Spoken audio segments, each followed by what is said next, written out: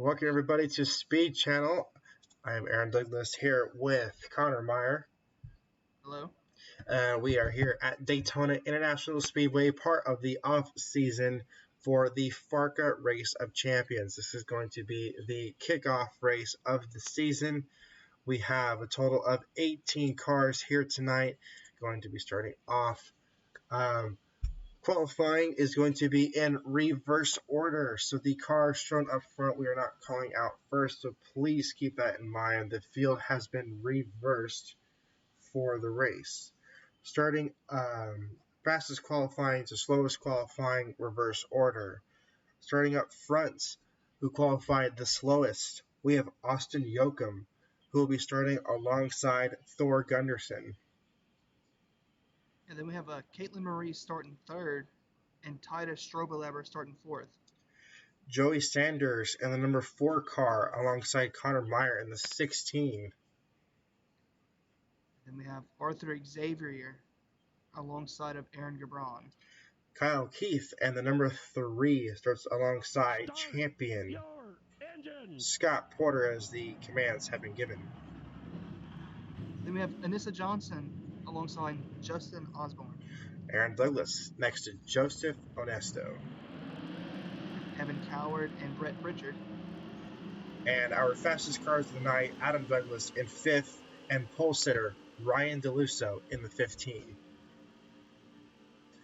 So this is going to be also like a guinea pig for the series. As known, this is the first race FARCA is holding restrictor plateless.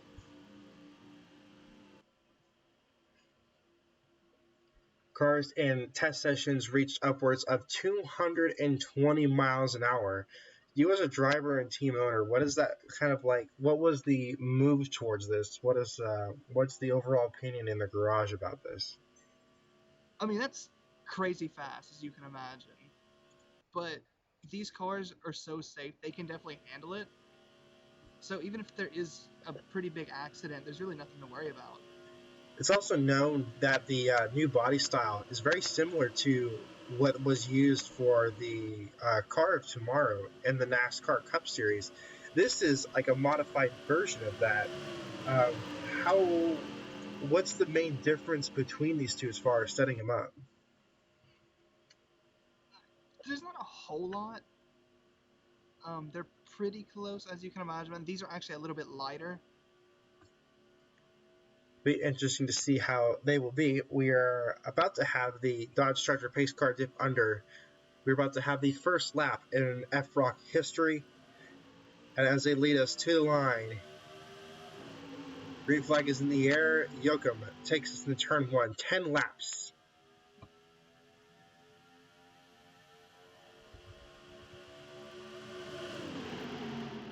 And we already have a giant crash going into turn number 1. The first lap did not make it past the green. A big wreck. Looking at that's Meyer's car, the side of the car that has a lot of damage. Let's go ahead and figure out what went wrong. Right into the first corner immediately. You saw right there at the bottom, Xavier got loose and collected to the side of Meyer and Titus.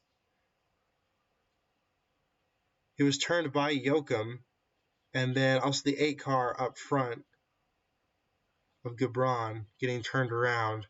A lot of these other cars, nowhere to go. Xavier's in this race because he won a race last season, even though he was nowhere near the chase. Won 2 races, but did not make the chase because of points. Let's go on board with Brett Pritchard and see his view of this thing.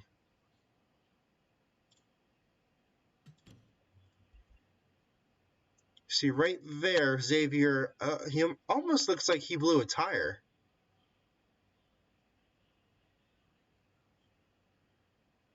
Very good driving for Pritchard, navigating through this thing with minimal damage.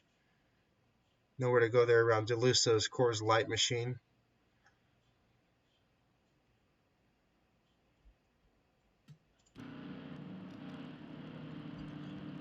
The only car out of this was the 16 of Connor Meyer from Damage.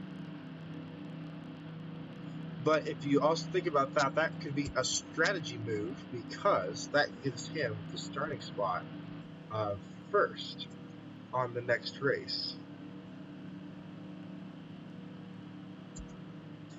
I mean, it's never good to crash out, but I guess if you're gonna crash out, you might as well be the first one. Exactly. That could be quite the strategy to use for next week as they head to Atlanta. My bad, Auto Club.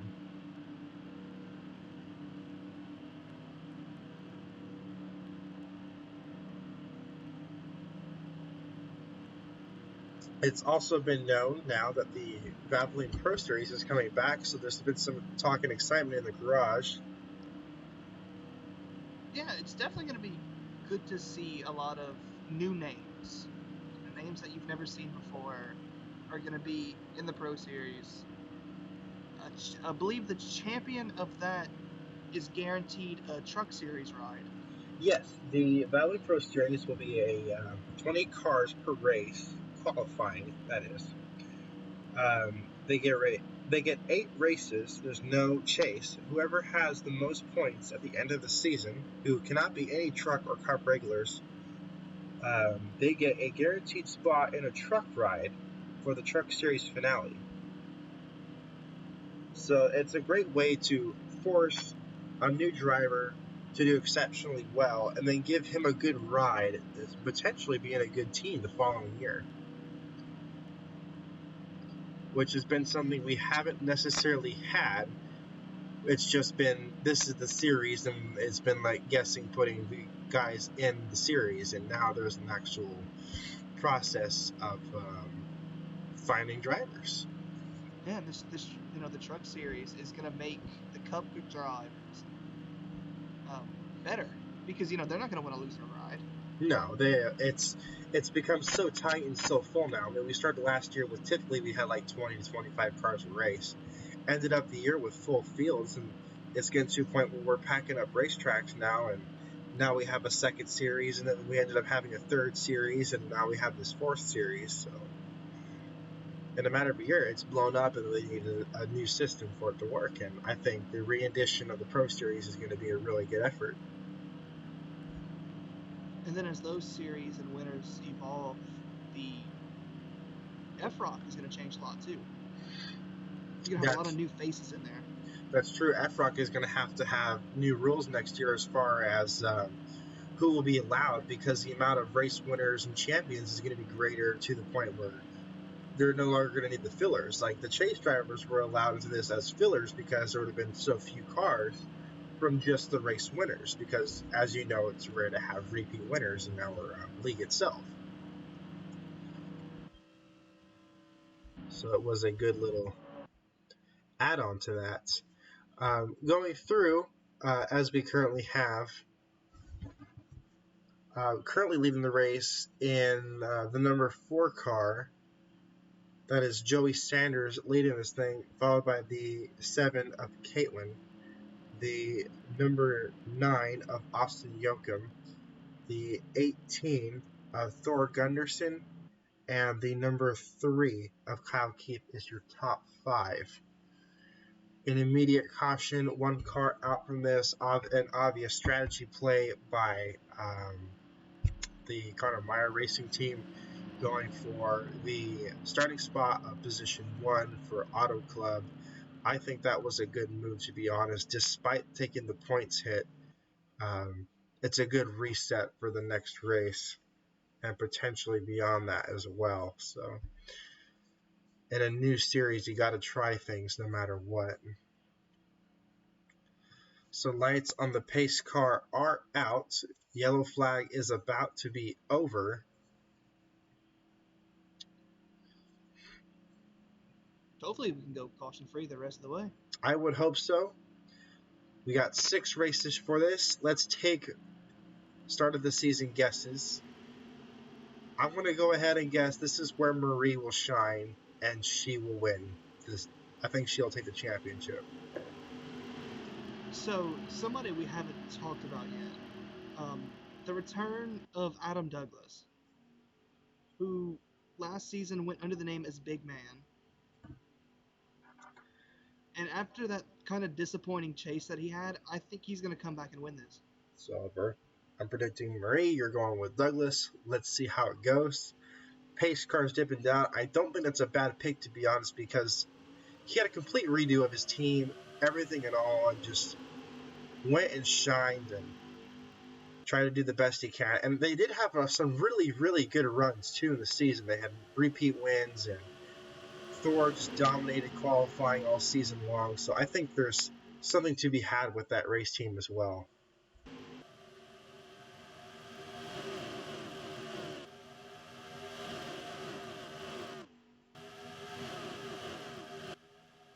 Three wide there in multiple spots as they go through there. The number 4 car is still leading. A jump and a good save. That was by the 5 car. That was actually Adam Douglas right there, touching the inside line. We have another spin. A few cars going around towards the back there. That is Ryan DeLusso and Aaron Gabron. Those two cars got together. Something wrong with Gabron's car. I think he's actually high center just because of how low these cars are. We saw them go around. Let's go ahead and check that out again.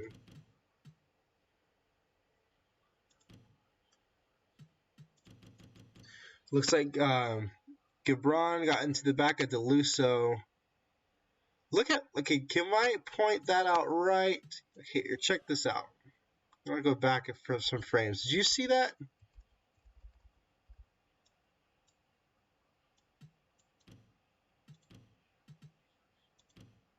Because this is Evan Cow. Look at that. Airborne. Yeah, he did get off the ground. Okay. Wow. So I don't know, it was just the speed, because before this impact, they were already hitting speeds of 200 miles an hour. He gets turned around, and the force of these low cars hitting the ground, he got airborne. That's incredible.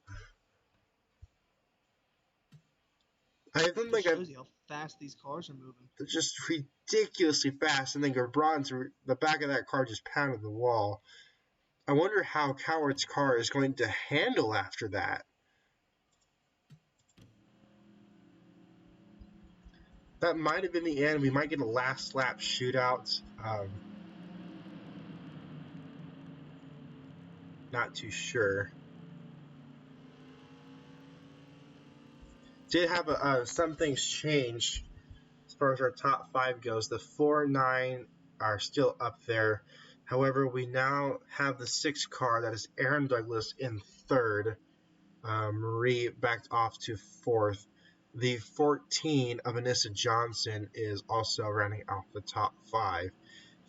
Adam in the 5 car dropped back to the 8th position after a wild save. He touched the apron, because keep in mind, these cars are like a half an inch off the ground at full speed.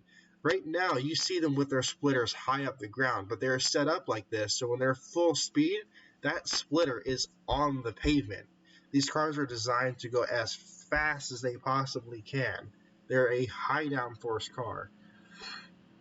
And he barely touched that apron, and it almost sent him around in a very great save by Adam. And of course, we saw what happened with Coward in 4. After hitting the apron at full speed, he got airborne.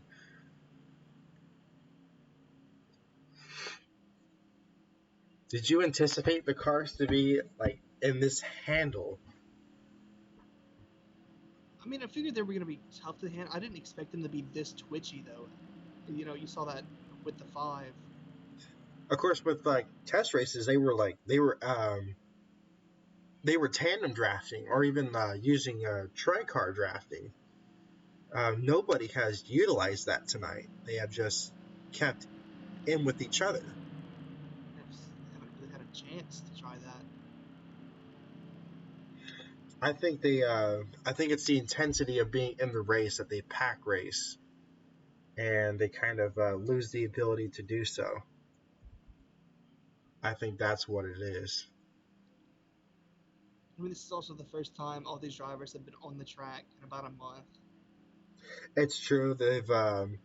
It's been a little bit, and then they're going from a heavy car that topped out at 180 at a high. They'd be going around this track. Now they're going 200 plus,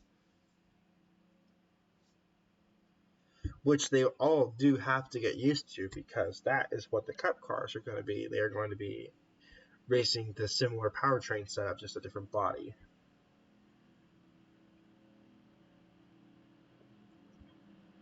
The Valvoline Pro cars, I will say, are exactly the same as they were 5 years ago. No changes to those cars, keeping it original. It was kind of great when the idea came up about that. They checked the original templates, and FARCA's company happened to keep all of the original body templates of those cars, so they were able to reuse, remake, retest the exact same cars when this all was originated. So that made it quite easy on them on selecting what car they wanted to use, and it made it being a perfect candidate for the race styles and where they wanted to go to. That does bring the official end to the race. It is going to go to the 4 car. So congratulations to the first ever FROC race. Win is being awarded to none other than the highest points car before the chase, Joey Sanders. No surprise there.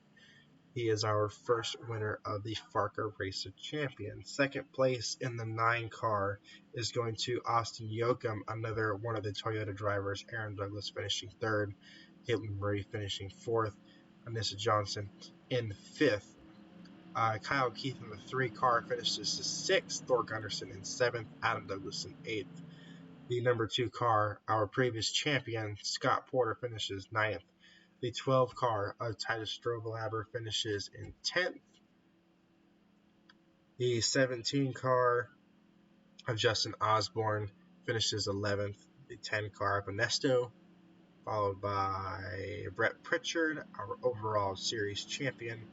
Arthur Xavier, 13, finishes 14th. The 11 car of Coward, who was involved in the wreck. Also the 15 of DeLusa, who was spun around.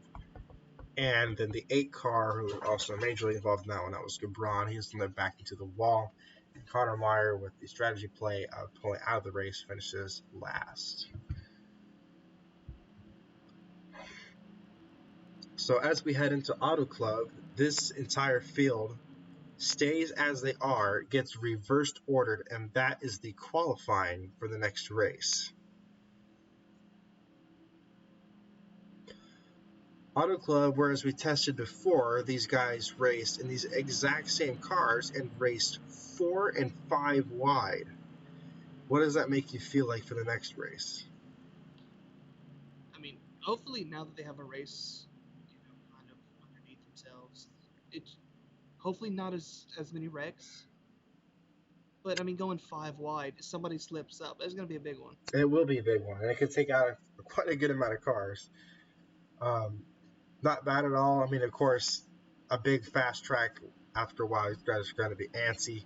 We will see how they continue on to the next one. But for now, big congratulations to Joey Sanders.